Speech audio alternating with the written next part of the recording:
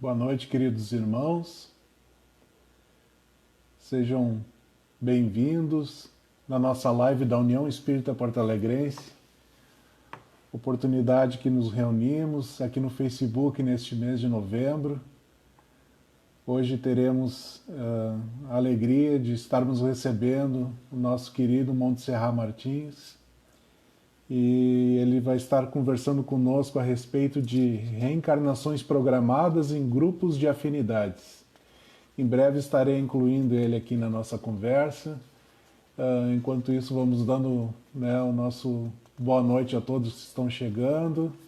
Boa noite, querido Francimar, Lorena, Gilmar e a todos os amigos que estão aqui para se confraternizar conosco em mais uma noite de reflexões, uma noite que a família da União Espírita Porto Alegrense se reúne para juntos estarmos envolvidos e ligados, unidos espiritualmente em nome de Deus e de Jesus, pedindo a esse mestre de amor que desde já possa envolver a todas as famílias que aqui vão estar reunidas para esse nosso momento de união, em família, em pensamentos, nos nossos propósitos maiores de estarmos buscando a cada dia nos renovar um pouquinho mais através do conhecimento e principalmente também através do amor em nossas vidas, do exercício sincero dentro de nossas possibilidades desse sentimento maior e sublime que é o amor. Boa noite, querida Letícia, boa noite, Renata, sejam bem-vindas aqui no Facebook da União Espírita Porto Alegrense. Lembrando que essa atividade é uma realização do Departamento Doutrinário da nossa querida casa. Estamos chegando praticamente ao final do ano. Depois desse encontro, nós teremos aqui no Facebook mais uma live em dezembro e estaremos nessa oportunidade também aproveitando para fazer desse evento uma possibilidade de estarmos encerrando os grupos de estudos da nossa casa, fazendo um fechamento desse ano de 2021, onde os estudos, mesmo que de forma online, continuaram na nossa casa, todos os irmãos se reunindo, cada um no seu dia, no seu grupo, com seus amigos, seu coordenador, dando seguimento, então, aos seus estudos, que foi muito importante, assim, durante todo esse período da pandemia. Graças a Deus nós não paramos, de estarmos juntos refletindo a respeito da doutrina espírita. E essas lives, que são esses nossos encontros, que estamos aqui nesse momento nos confraternizando, foi uma oportunidade também de estarmos um pouquinho mais perto uns dos outros. Boa noite, Rose, boa noite, Adriana, boa noite, querido Arthur. Sejam bem-vindos aqui na nossa live do Facebook. Eu vou já tentar localizar aqui o nosso querido Montserrat, vamos ver se ele já se encontra aqui entre nós. Está aqui o Montserrat. Querido Montserrat, eu vou te enviar o convite, vai aparecer aí na tua tela, bem no meio, é só tu dar um ok, e a gente já começa a conversar a respeito do tema da noite de hoje. Vamos ver. Vou guardar só um pouquinho, daqui a pouquinho o Francimar vai estar aqui. O Francimar, não, desculpa, eu vi o nosso amigo Francimar ali, falei Francimar, mas é o Montserrat. Oi, Sandra, boa noite.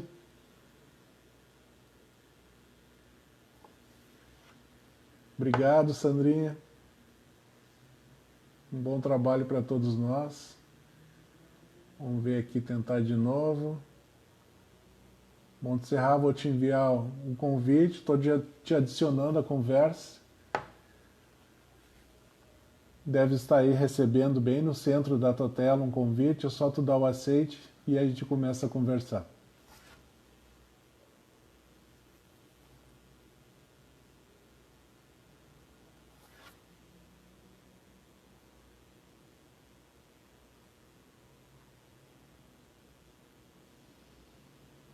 Vou enviar de novo, Montserrat.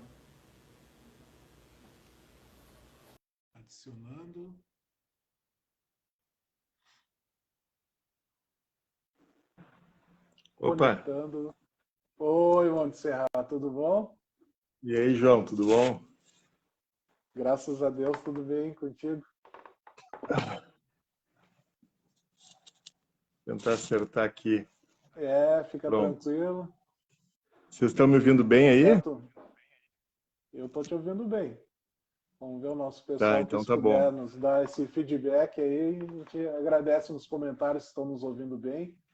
Antes do nosso Tá. querido Montserrat iniciar, né, o seu trabalhinho nessa nossa conversa de hoje. Não sei se trancou um pouquinho. Tu tá me ouvindo bem aí, Montserrat? Eu tô te ouvindo bem. Ah, então tá bom. Que bom que tu aceitaste o nosso convite, Montserrat. Fazia tempo, né, que a gente não se via, que a gente não conversava um Aham. pouquinho. E, Es- e hoje, então, Esse vamos. assunto me lembrou uma questão. Quando a gente prepara um assunto, quem mais aprende é quem está preparando, né? Eu comentei É contigo, com verdade. o Vilmar Muito também, bom. que antes de estudar o assunto eu tinha uma visão bem mais ingênua, mais romântica sobre essa questão das afinidades e das reencarnações programadas. E eu Aham. me lembrei um pouco da minha trajetória na União Espírita esse ano está completando 14 anos. Olha E eu que me lembro que legal. os primeiros anos eu vinha com aquela cara que muita gente entra no espiritismo ao sabor daquela literatura mais romântica, Violetas na Janela, aqueles livros mais comerciais, aqueles romances espíritas e tal. Depois que a gente começa a entrar mais no André Luiz, Emmanuel, né, sei lá, textos de Valdo. Para esse assunto, as afinidades, tem Aham. uma autora mineira que escreveu livros preciosos, que chama Sueli Caldas Schubert, que escreveu sobre o livro espírita, sobre a casa espírita, né, da importância das Uhum. afinidades, da sintonia para poder funcionar o trabalho espírita, enfim. Mas eu tenho a impressão que eu cumpri uma trajetória que é muito comum, quer dizer, a gente no início chega no espiritismo por aquela coisa um pouco mágica, um pouco idealizada, romântica, aquelas histórias, aqueles romances e tal, e depois vai Aham. compreendendo um pouco mais a simplicidade do trabalho, assim, no dia a dia, que não é daquelas coisas, assim, fantásticas, espetaculosas, aquilo que a sociedade adora, né? O mundo material está numa Aham. era assim das coisas espetaculosas, bombásticas, na verdade a gente vai aprendendo a dar valor para as coisas mais simples e compreendendo o valor que as pequenas coisas têm no dia a dia. Tem uns pensamentos até das redes sociais, né? Será que o cara cumprimenta o porteiro, né? Será que a gente cumprimenta a pessoa quando passa pela pessoa que está varrendo a rua? Será que a gente cumprimenta aquela pessoa? Quando a gente está sendo atendido em algum lugar, a gente presta atenção com aquela pessoa que está nos atendendo, não é? Ou a gente está lá querendo, que é uma situação totalmente humana e comum, a gente está com pressa, está tucanado, que é isso, que é aquilo, está pedindo e não está pensando na pessoa que está nos atendendo ali também. Uma série de situações, né? De como a gente, como ser humano, parte do egocentrismo até se dar conta da importância de poder ter sensibilidade aos outros não necessariamente em ações espetaculosas, mas nas pequenas coisas do dia a dia. Então, acho que Verdade. esse é para mim tem sido o grande aprendizado assim do Centro Espírita. Sair daquela visão Uhum. espetaculosa das coisas e compreender a importância das pequenas coisas do dia a dia. É verdade, meu amigo. Realmente a vida está nos detalhes, como se diz, né?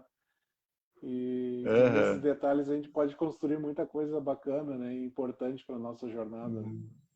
Então, pelo nosso título hoje, já tem umas palavras que são chaves aqui, né, do nosso encontro, né?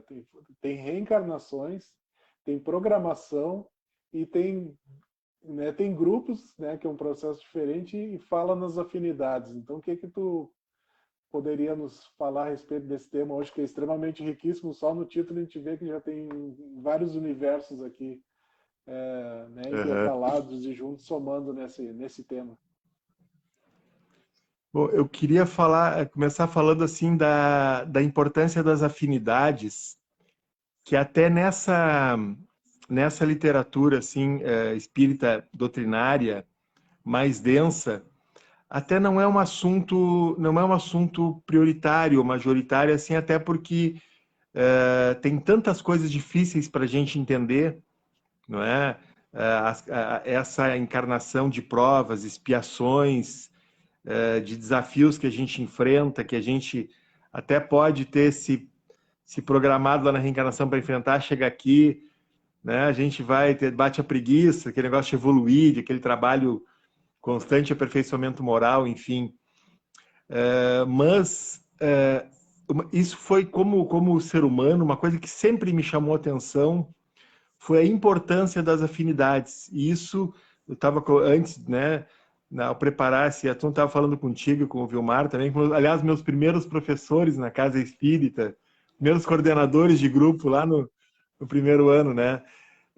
E estava falando para vocês de como, na minha vida pessoal, sempre me chamou muito a atenção, né? Por exemplo, desde os colegas da faculdade, na profissão, como foi e continua sendo vital a colaboração entre colegas, entre pessoas que estão nas mesmas tarefas.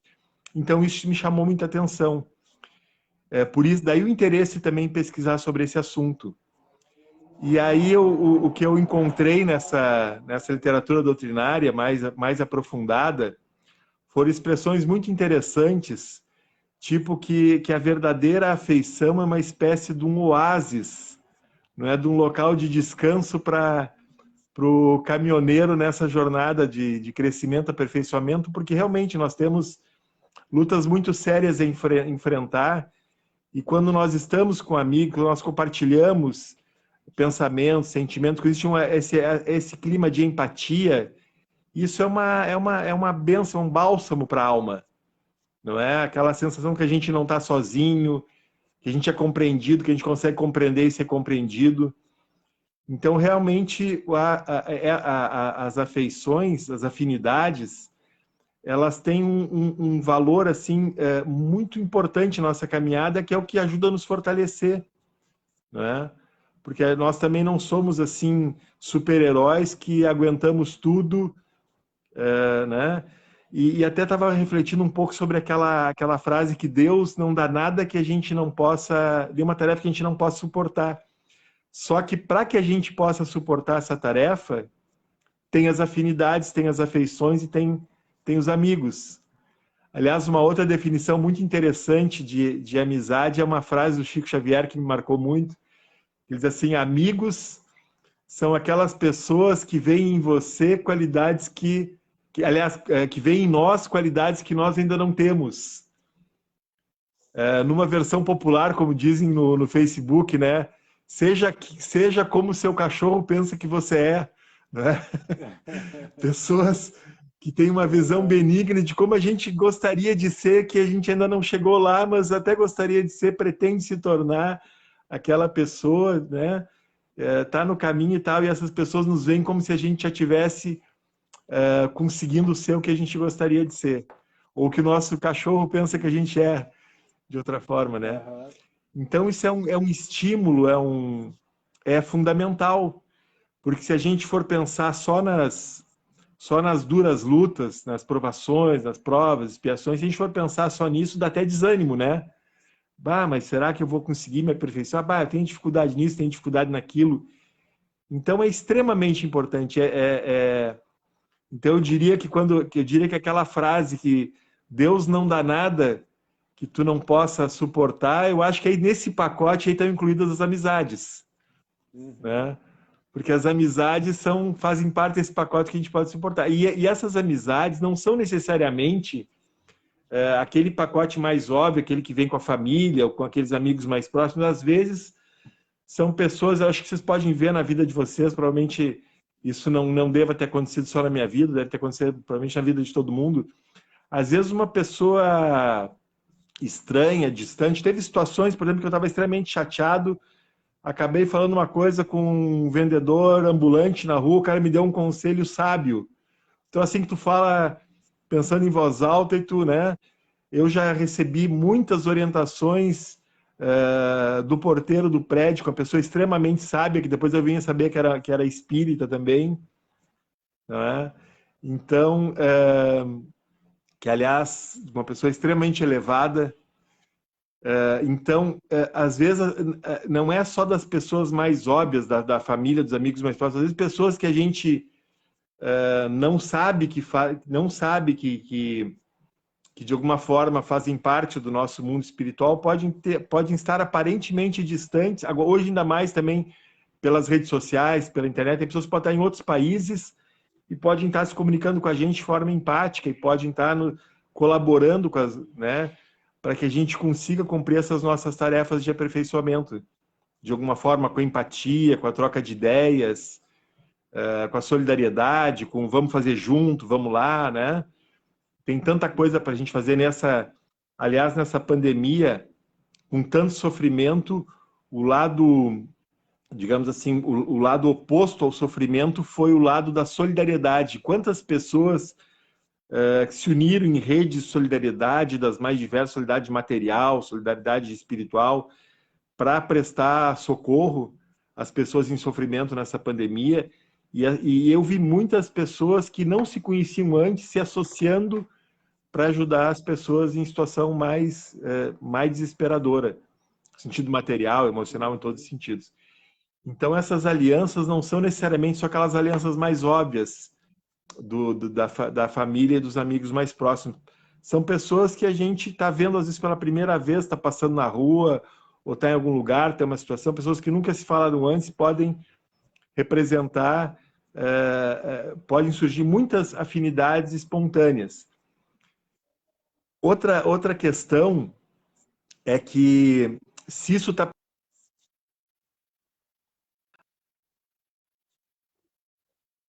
aparece no trabalho, aparece em ações de solidariedade, um lugar onde isso é especialmente importante é realmente nas tarefas do Centro Espírita, e para isso tem um livro muito interessante daquela dirigente espírita mineira que eu citei, a Sueli Caldas Schubert, escreveu um livro sobre a casa espírita, e ali ela fala da importância das afeições que através dessas afinidades se gera aquela sintonia de pensamento, né?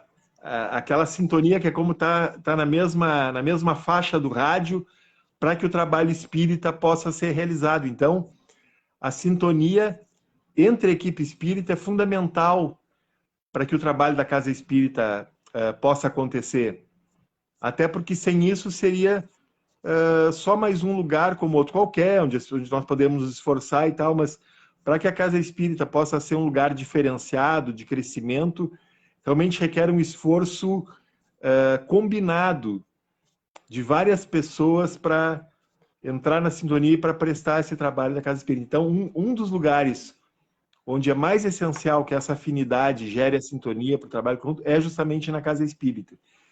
E ela comenta também, em 2 livros, nesse sobre a casa espírita, tem um outro livro também sobre a lei da atração, a Sueli. Então eu li 2 livros dela sobre a questão das afinidades. É uma autora que valorizou bastante esse assunto porque reconheceu a importância dele, né, principalmente para os trabalhadores espíritas. E ela comenta isso, que o trabalho de fundação dos centros espíritas já seria, e ela cita alguns exemplos, alguns relatos que foram psicografados, né, de casas espíritas que foram criadas. Ela dá alguns exemplos lá de Minas Gerais mesmo, interior de Minas, que foram criadas primeiro no plano espiritual. Então, primeiro no plano espiritual se planifica, não é, o surgimento de uma casa espírita, e depois é que isso se torna realidade aqui na nossa realidade entre os encarnados. E nessas planificações, nesse terreno das planificações, existem algumas referências interessantes na literatura, e aí que entra essa ideia de tentar pensar em conjunto assim, quer dizer, será que existem reencarnações programadas em grupos de afinidades para que essas pessoas realizem tarefas conjuntas? Então tem alguns relatos muito interessantes, por exemplo, naquele livro psicografado pelo Chico Xavier sobre o Brasil, não é? Qual é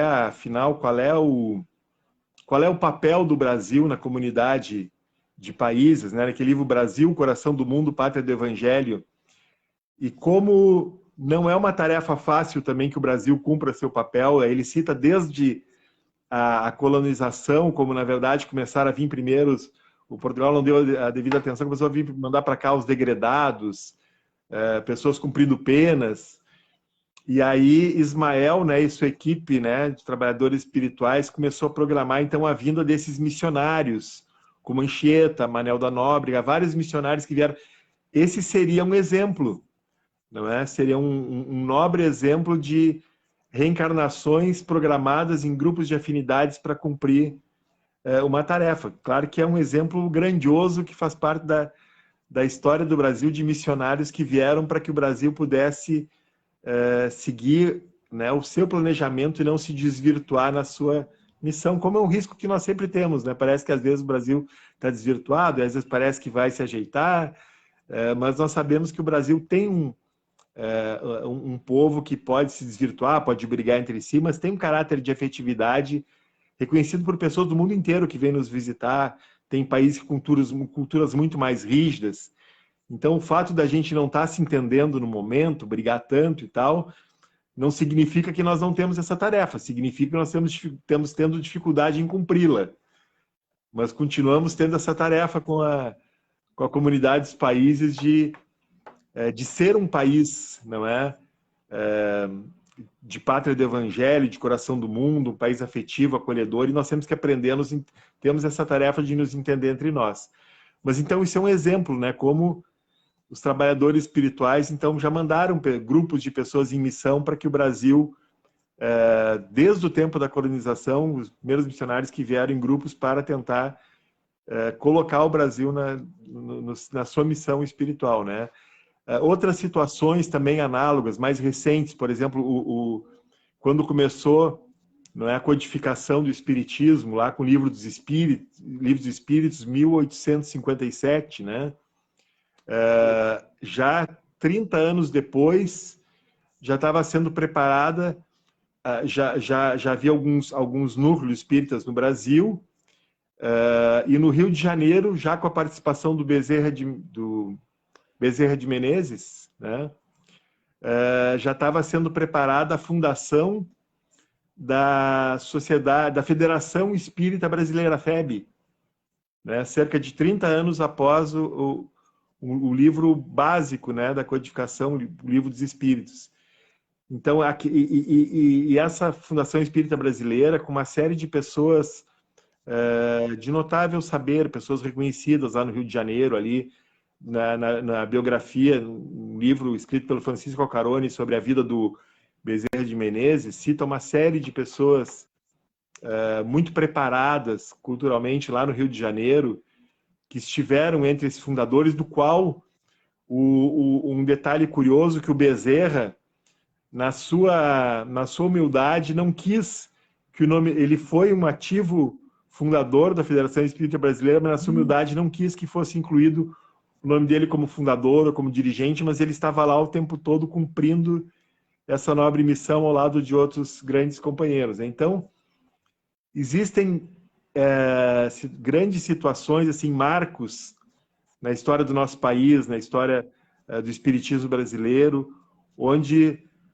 se supõe, então, que tenha ocorrido essas reencarnações programadas para tarefas, para nobres tarefas, não só espirituais, como em prol do bem comum, porque, obviamente, o bem comum, a caridade, a solidariedade, obviamente, ela não ocorre somente na esfera religiosa ou da fé. Quer dizer, quantas sociedades científicas, culturais, quantas instituições existem para proporcionar o bem comum na sociedade, né? Então, nós podemos pressupor que existem, então, todas essas situações planejadas no mundo espiritual, e que ocorrem essas situações de reencarnações programadas em grupos missionários para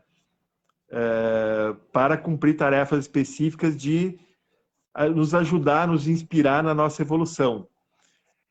E aí eu fiquei pensando, né, que ao contrário de uma visão mais romantizada que eu tinha, que eu acho que talvez tenha sido um impulsionador para vir para o Espiritismo, onde tudo é romântico, tudo é programado, todas as minhas amizades foram programadas pelo destino, aquela coisa mais romântica.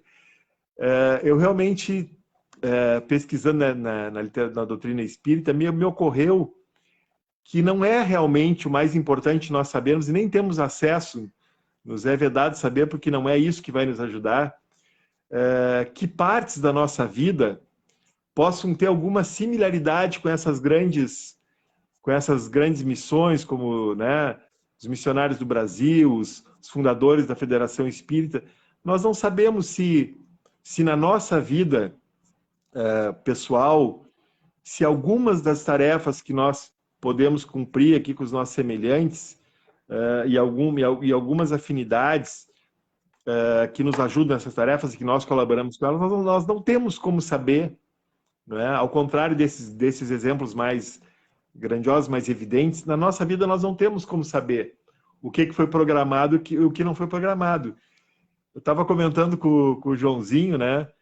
Como comentei com o Vilmar também, tem pessoas que são tão carismáticas para nós que a gente pensa que conhece há 500 encarnações, não é?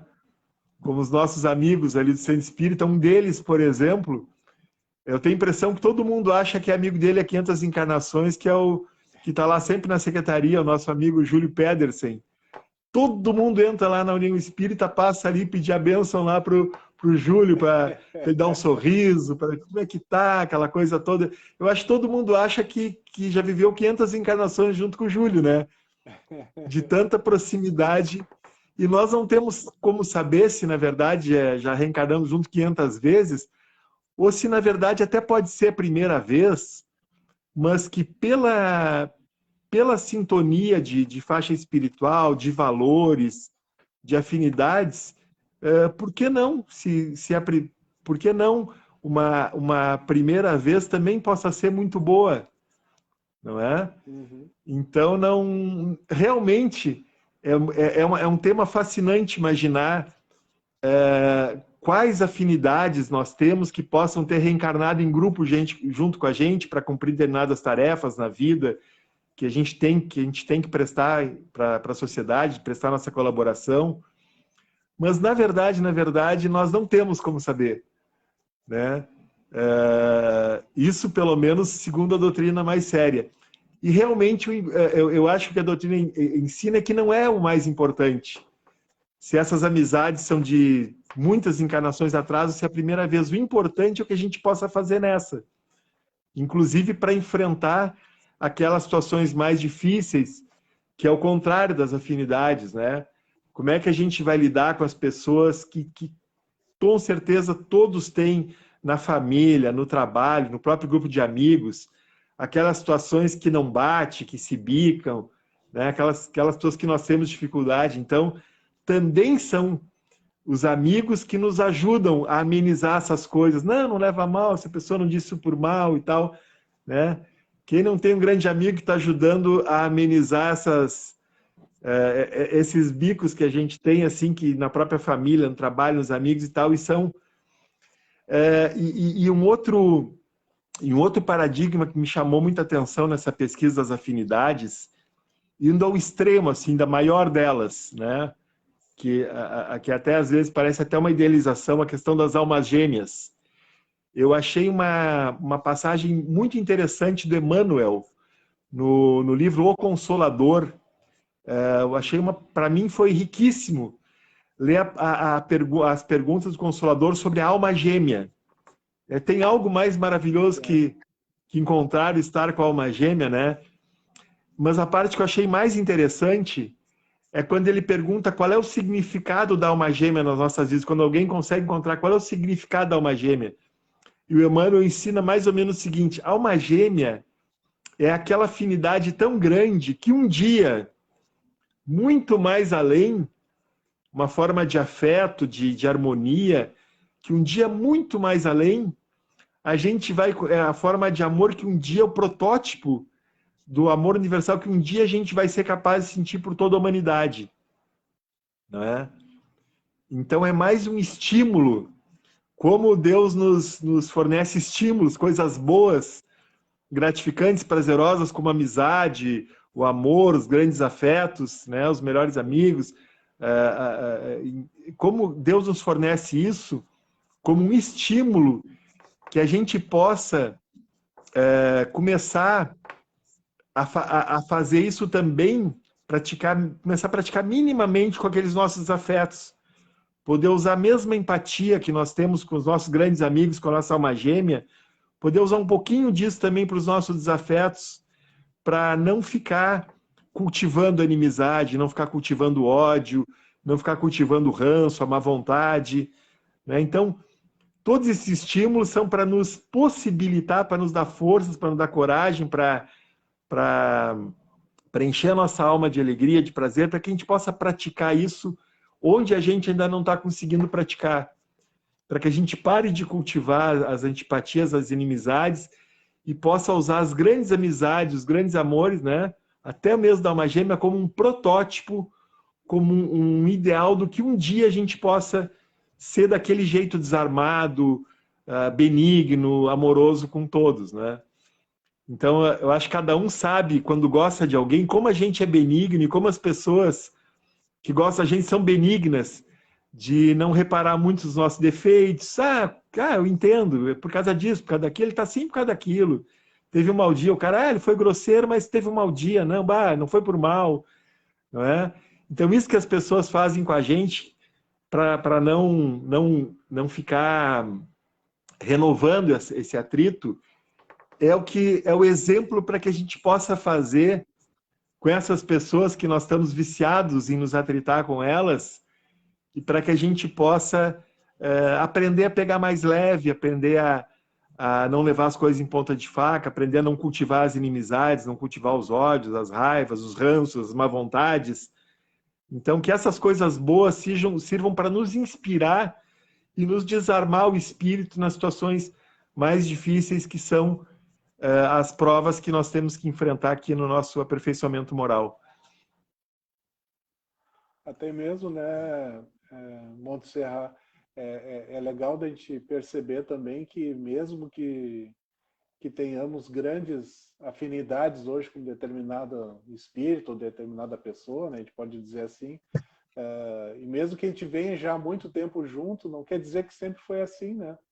Que Exato. muitas amizades que nós temos hoje, a gente pode ter tido no passado diferenças bem importantes, assim, mas que através da vontade né, de entender um outro, né, e de construir realmente essa caminhada, aos poucos as diferenças foram diminuindo e as afinidades foram surgindo, né?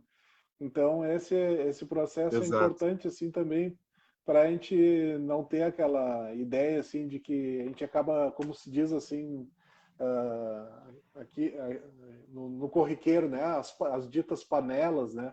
Não vamos nos fechar nas panelinhas, né? Porque mesmo essas panelinhas que parecem ser tão perfeitas assim, que a gente se sente tão confortáveis nelas, né? Porque foram construídas por, né, enfim, por laços de afinidade, sintonia, mas não quer dizer que sempre foi assim, né? Foi uma construção, né? E essa construção a gente pode, como tu mesmo acaba de nos dizer, a gente pode acabar construindo isso, né? Com outras pessoas, com pessoas diferentes a nós, né? Porque nas diferenças existe uma riqueza imensa, assim, né? Que a gente pode aprender, né? E começar um novo relacionamento, né? E descobrir até questões importantes nossas que estavam adormecidas e que aquele outro jeito de olhar a vida, né, de se manifestar na vida, nos traz assim, um impulso, um magnetismo importante para que a gente também possa se descobrir, né, em outros aspectos, em outras virtudes que a gente tem que construir, né? Exatamente. Eu estava pensando em duas situações, vou contar como experiência de vida aqui, mas eu acho que cada um compara com as suas experiências, mas eu acredito que, de alguma forma, todo mundo já tenha passado por dois tipos de situações assim que são diferentes. Uma, são pessoas que, desde o momento que a gente conheceu, seja da família, trabalho, amizade, sociedade, a gente teve uma afinidade assim instantânea e é para sempre, assim. Nunca teve, sempre teve facilidade com aquela pessoa. Eu acho que todo mundo... Isso é um verdadeiro bálsamo, isso é um presente de Deus, assim. Ter pessoas que sejam essa... que deem essa força espiritual, esse alimento espiritual da amizade com a gente. Agora, o valor que tem a situação oposta de pessoas que a gente, de início, teve muita dificuldade, não se bicava, achou que nunca ia se dar, e que a gente consegue, de alguma forma, percebendo o valor de desarmar essa armadilha, de sair desse vício, de, primeiro, parar de cultivar as coisas negativas, pelo menos deixar um pouquinho mais neutro. Depois, quando, né, conquista essa etapa já de estar um pouquinho mais neutro, conseguir encontrar alguma coisa, algo em comum, alguma conexão humana com essas pessoas e chegar ao ponto de, ao longo dos anos, ir virando o jogo e uma relação que era extremamente desprazerosa, conseguir ter cada vez mais momentos agradáveis. Como diria aquela... Tinha uma música, tinha um clássico da música brasileira do Odair José, que dizia assim que felicidade não existe, o que existe são momentos felizes, né? Então, digamos assim, ó, construir mais momentos felizes com pessoas que anos atrás, que décadas atrás, a gente só tinha momentos infelizes com aquela pessoa, uma pessoa da família que a gente tem uma dificuldade extrema, uma pessoa do trabalho que a gente trabalha junto e lá e não se bica, ou das relações sociais, sei lá, de tantos lugares diferentes que a gente conhece pessoas, né? Então, essas pessoas que a gente tinha uma dificuldade extrema, que a gente consegue começar a amenizar, não levar em ponta de faca, vai deixando um pouco mais neutro, e depois, com esse trabalho interno, diz, não, mas eu não vim aqui para isso, eu não vim aqui para cultivar essa inimizade, para levar isso para sempre, para ficar vendo defeito, né, um estimulando o defeito do outro, eu vou trabalhar nisso. Já que se essa pessoa está na minha vida, se a gente está se batendo toda hora, se fechando toda hora, porque a gente é da mesma família, do mesmo trabalho, frequenta o mesmo lugar, é porque eu tenho que trabalhar isso, tem algo para trabalhar, né? Então, com essa força da bênção de Deus, de pessoas que a gente sempre se deu bem, é que vão, com essa força que a gente consegue transferir para essas situações difíceis, para pegar esse bom exemplo e transformar os momentos agradáveis em um pouco mais neutros, não levar, não cultivar, não revidar, né? Até que ao longo do tempo a gente vai conseguindo ter mais momentos agradáveis com essas pessoas. Isso é a sensação de missão cumprida num relacionamento desse é realmente algo assim que a gente sente, bom, então eu estou aproveitando a minha encarnação, não é? Também não é realmente, a gente sempre supõe, né, dentro do nosso romantismo espírita, a gente sempre supõe, claro, e muitas vezes acontece mesmo, que são desafetos que a gente traz de outra encarnação, mas também não é o mais relevante.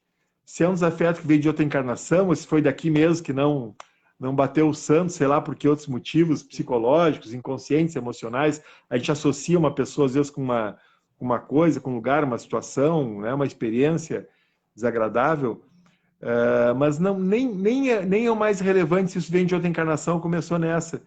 O realmente relevante é que o valor que isso tem no nosso crescimento moral e espiritual de conseguir reverter, mesmo que parcialmente, nós não somos perfeitos, não vamos fazer coisas espetaculosas, mágicas essa encarnação, mas a mágica já está em transformar algo muito desagradável em menos desagradável, neutro, e até passar a descobrir que é possível ter momentos agradáveis em pessoas que a gente nunca imaginou que pudesse ter algum momento bom em conjunto com aquelas pessoas. Então, eu acho que esse é o mais fascinante de tudo. É aquela pessoa que não era nossa amiga no início e que a gente consegue transformar uma inimizade em algo mais ameno e até ter momentos de amizade com uma pessoa que já foi um dia nossa inimiga. Eu acho que isso é de uma gratificação, tem aqueles prazeres da alma, né? Tem aqueles livros espíritas interessantes, um deles é chamado As Dores da Alma, até está me faltando, o João me ajuda o nome do autor, o autor das Dores da Alma Hamed. E dos Prazeres da Alma, João. O Isso, exatamente.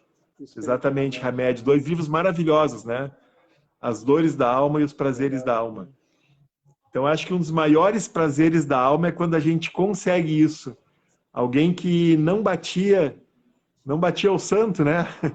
Como se diz na gíria, e a gente consegue, Ah, com o nosso crescimento, que aliás foi para isso que nós viemos, consegue transformar isso em criar momentos agradáveis e genuínos, né? Com essa pessoa. Acho que isso é uma gratificação dos maiores prazeres da alma que a gente pode ter nessa vida, né? é verdade, até mesmo está até nos estudos iniciais da doutrina espírita, quando a gente começa a mergulhar na questão do magnetismo, né?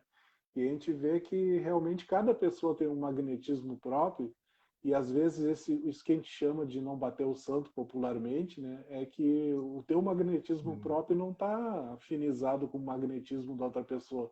Mas não quer dizer que a pessoa é boa ou má, ou que eu seja bom ou mal, é que a gente é diferente, né? E a gente é diferente, e essa Exatamente. diferença pode propiciar realmente uma oportunidade aí para conhecer o novo, né? Conhecer uma maneira nova de uma forma de se colocar na vida que a gente nunca pensou, né, que poderia ser feito, né, dessa forma, né, e aprender com as pessoas, né.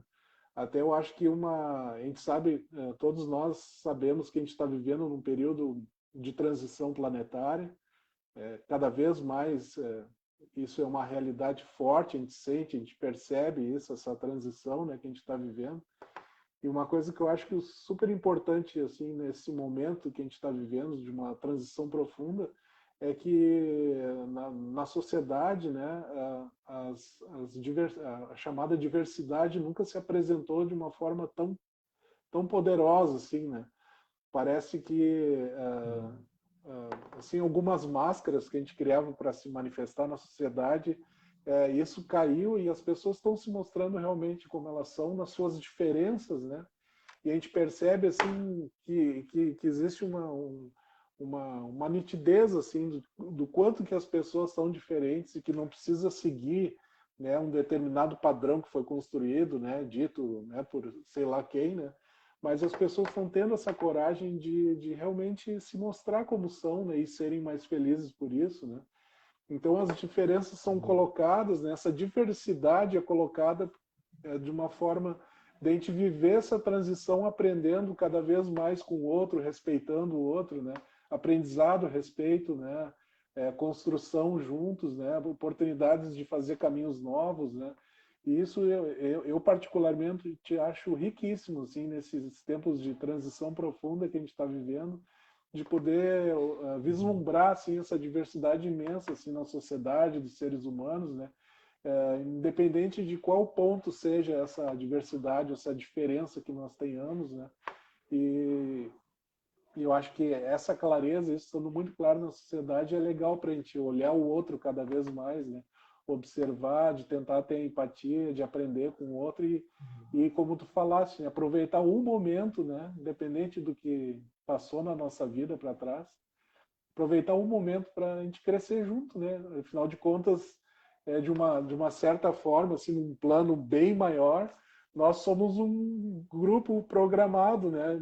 Não necessariamente de sermos todos afins, mas de estarmos nesse momento aqui na Terra, vivendo, né? Esse momento, mais uma vez dizendo, né? Eu costumo brincar assim, puxa, a gente vai olhar isso para o futuro, nós somos espíritos que vivemos uma coisa inédita no planeta, que foi uma pandemia nessas proporções. Claro que é algo triste, algo difícil, mas imagina, Deus nos confiou de a gente estar nesse momento aqui para esse crescimento maior. E isso, olhando por esse lado, é muito legal também, né? De a gente estar tendo essa oportunidade de perceber a vida, né?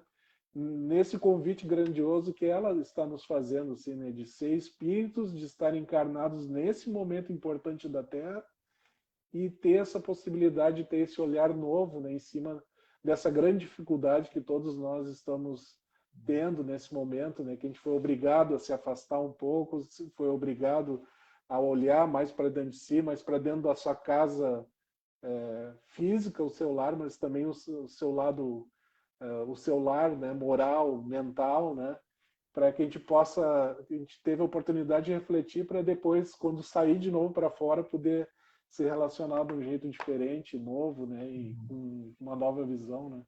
Então, eu acho que isso é muito claro para mim, pelo menos, assim, nessa diversidade a gente conseguir se colocar de um jeito novo na vida.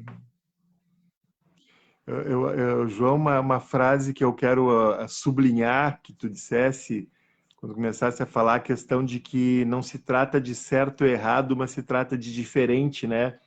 Isso pode parecer tão óbvio, a gente falando assim, mas na verdade no dia a dia a gente não pensa nisso.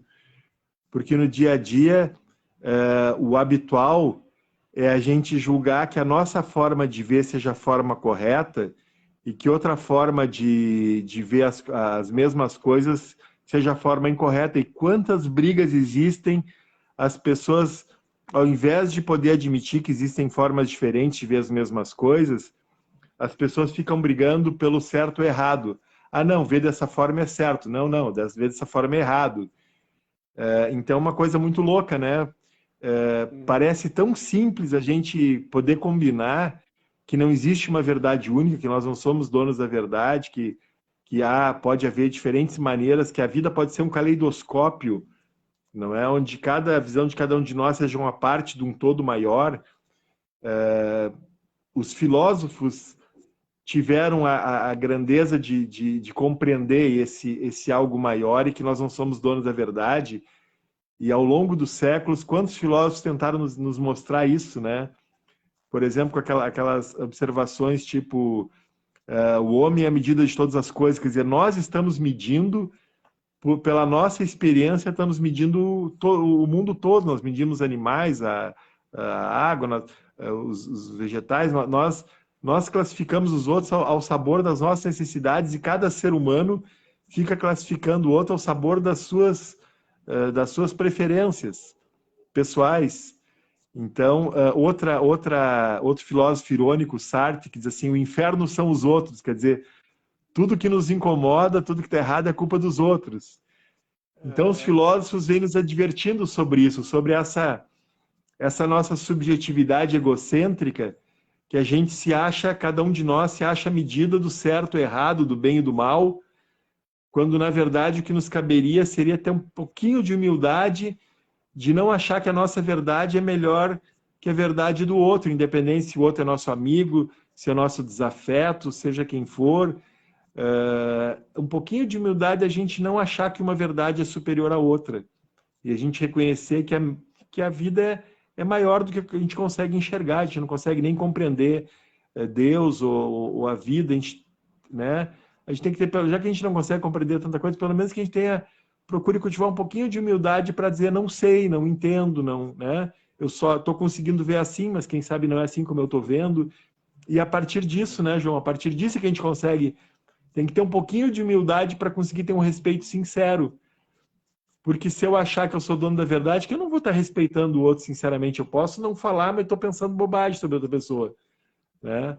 Então, para que o respeito seja sincero, verdadeiro, ele tem que partir de uma posição de que eu não sou o dono da verdade. E aí tem os poetas também nos ajudam, como Mário Quintana, que tem algumas frases maravilhosas. A minha frase preferida do Mário Quintana é assim, ó: as classificações só definem os classificadores. Eu acho uma frase maravilhosa. É verdade, A forma como a gente classifica as coisas não define realmente as outras pessoas, define quem a gente é, define como a gente está vendo os outros, mas não define como é que outra pessoa é, define só o que eu consigo ver, né? verdade. E Então, tu, eu acho que isso é Montserrat, um tu tem ponto um de exemplo. partida muito importante nessa jornada aí. Não, verdade. Tu tem um exemplo de vida para mim que é muito muito bacana assim e a gente vive assim praticamente num mundo dito polarizado, né? A gente está vivendo uma fase muito polarizada, né? Ou é A ou B ou então não é nada, né? E até eu queria que tu falasse um pouquinho sobre isso, não tem nada a ver com o espiritismo, mas eu acho que fecha com o nosso tema aqui. Né? Nesse mundo polarizado, né? Vamos supor, agora há pouco teve um Grenal, né? Ou tu é gremista ou tu é colorado, né? É assim que acontece aqui em Hum. Porto Alegre. E tu não é gremista e tu não é colorado, né? Tu tem essa visão, esse gosto pelo futebol, num time que normalmente as pessoas não lembram que é daqui também, né? Uhum. Não é mesmo?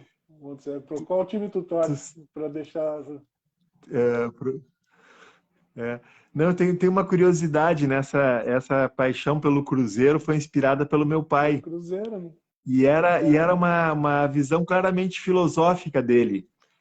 É claro que é. aconteceu uma coisa espontânea na infância.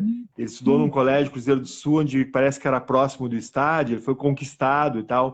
Eu Mas estudei depois, no quando o Cruzeiro Inter e o também. Grêmio cresceram mais, o Cruzeiro chegou a ser um clube grande, aqui quase do porte de um Grêmio do Inter, teve grandes estádios no século passado. Mas depois que o Inter e o Grêmio cresceram mais, e ficou raro ser cruzeirista, o pai dizia assim: não tem problema nenhum, não tem problema nenhum. Tipo, se o Grêmio e o Inter ganhar, é obrigação deles ter que ganhar, mas se o Cruzeiro ganhar, é uma grande alegria. Então, tipo assim, sair é uma filosofia de não entrar naquela loucura de tem que ganhar, tem que ser o melhor do mundo, Aham. né? Então, eu me encantei por ser cruzeirista e tal, para sair um pouco, e foi realmente um presente filosófico que meu pai deixou, torcer pelo Cruzeiro, para não entrar nessa loucura dessa competição que é uma. Claro que tem pessoas maravilhosas que sabem curtir o futebol e brincar de forma sadia, tem gremistas colorados maravilhosos que sabem fazer isso uma grande alegria e confraternizar sem levar para o lado da inimizade, para o lado da brincadeira. Isso é maravilhoso. Isso é o espírito esportivo verdadeiro, né? Aham.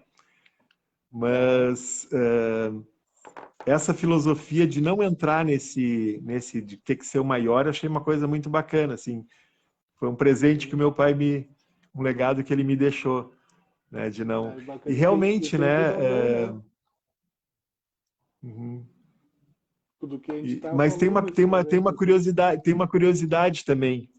Teve um momento que eu comecei nos jogos do Cruzeiro e comecei a ficar muito fanático, xingar juiz, até fiz grandes amizades xingando o juiz junto. Tem um grande amigo lá do Cruzeiro que o que reforçou nossa amizade foi xingar juiz junto, para ver que as amizades não se comprazem só do bem, às vezes se comprazem de fazer o mal juntos também, né? A afinidade Aliás, passa eu por aí, tive né? uma. Não só de coisas boas, né? Exatamente, eu tive um professor que, na faculdade, que ressaltava o seguinte, que a gente sempre pensa assim, amizades voltadas a fazer coisas boas, mas que grupos que fazem o mal também cultivam um certo tipo de amizade ou de união para fazer o mal. Então é mais uma complexidade para a gente pensar. Não é o fato que nós gostemos muito de um grupo de pessoas que significa que todas as ações desse grupo vão ser ações iluminadas, bondosas, generosas. Não. Às vezes, grupos de pessoas que se gostam profundamente podem agir conjuntamente para sacanear os outros, né? Para fazer coisas que vão Aham. prejudicar, para praticar o bullying. Pode ser muito divertido e a pessoa não está se dando conta que está detonando outra pessoa, né? Ou a reforçar uma causa boa. Às vezes a gente pode ter uma causa boa e justa, mas a gente pode não se dar conta, às vezes, o quanto a gente está tratando pessoas que estão contra aquela causa, que têm valores diferentes, de forma assim como de forma desumana também. É claro que as pessoas também podem agir desumanamente com a gente, mas Aham. estar numa causa, para que essa causa seja boa, ela não pode ser praticada reverberando ódio.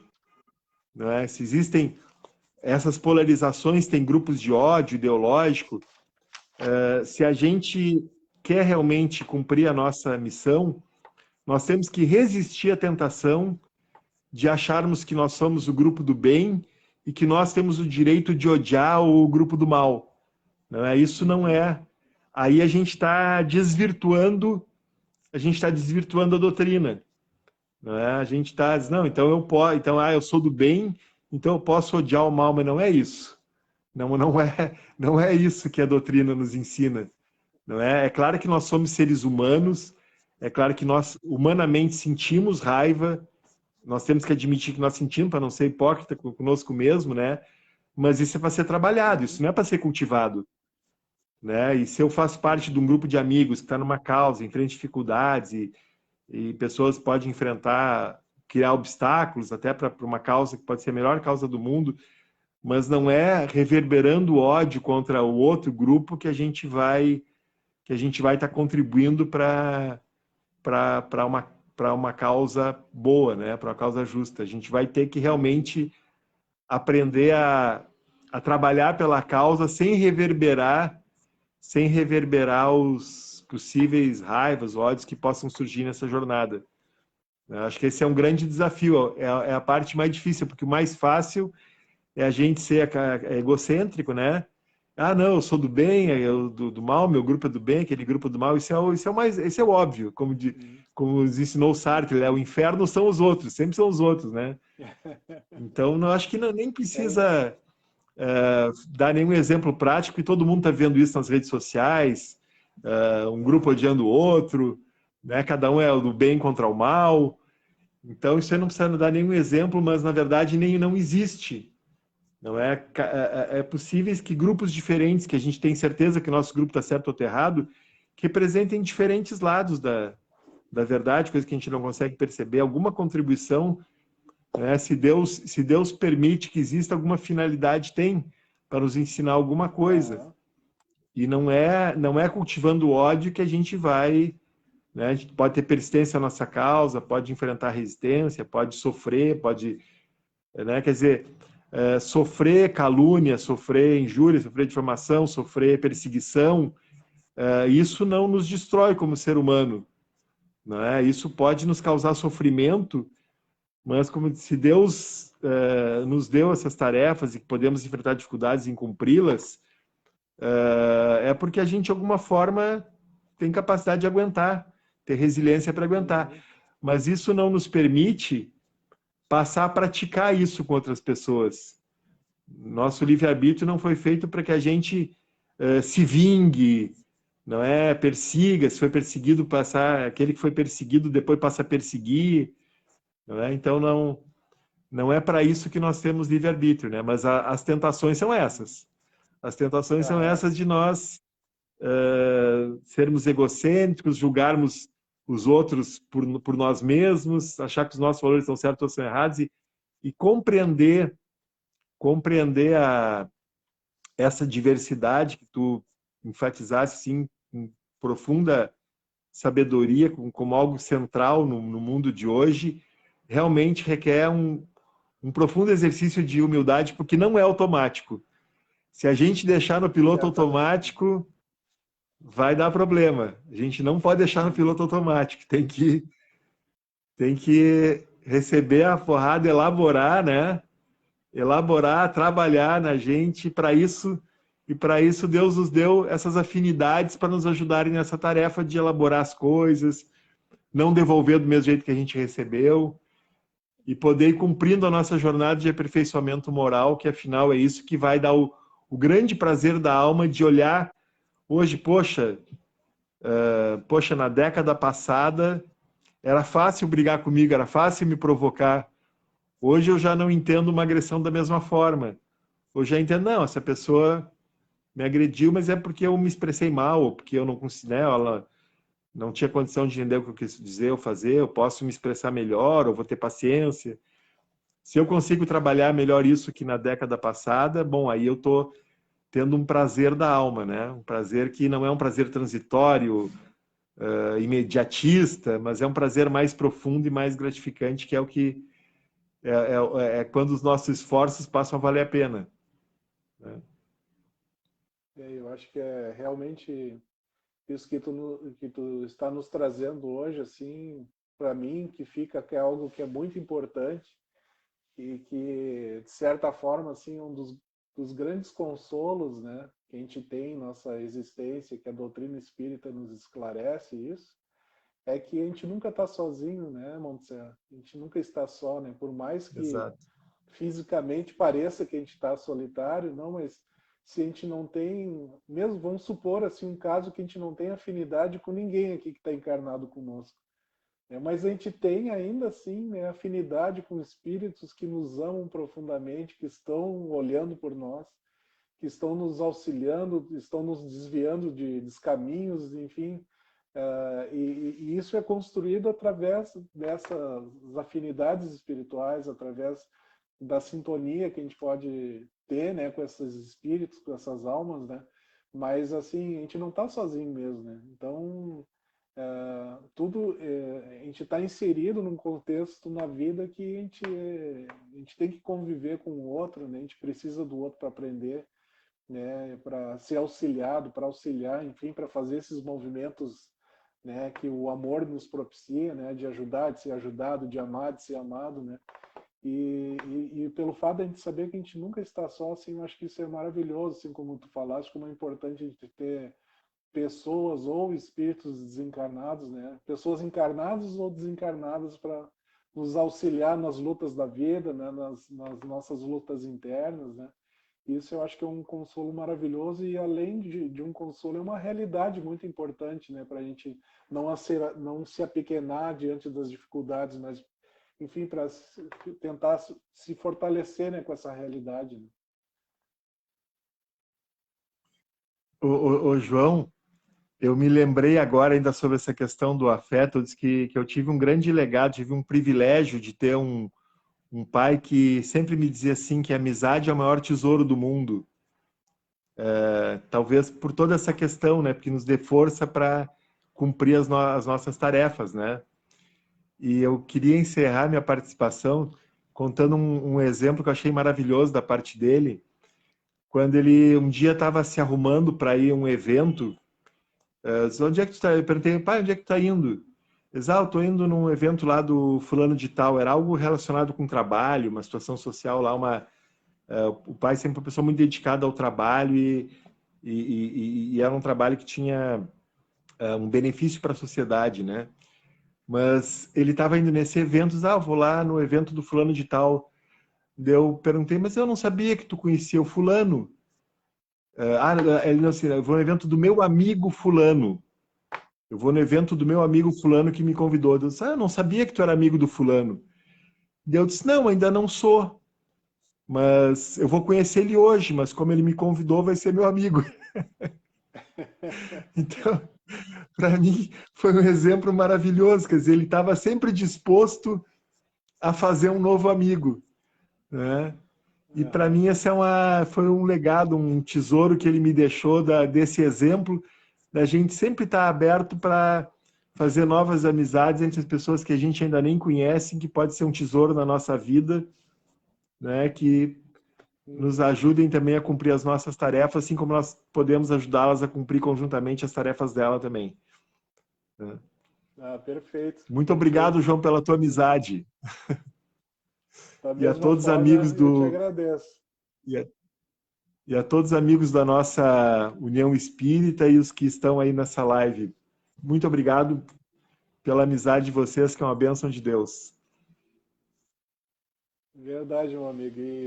Então a gente te agradece imensamente por ter estado aqui conosco hoje, trazendo a sua vibração tão positiva assim.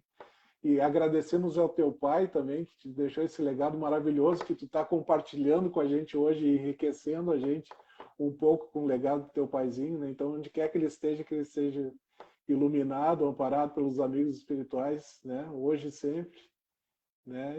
Aliás, a tua mãe não Isso é posso legal, deixar esse de falar que pessoa aprendizado, né? maravilhosa, a querida Guta, né, João? Nossa, A gente estava bem de outra pai e de amiga mãe, né? Graças a maravilhosa. Deus. Ah, Então, um beijo no coração de todos esses queridos, um beijo no coração de todos vocês.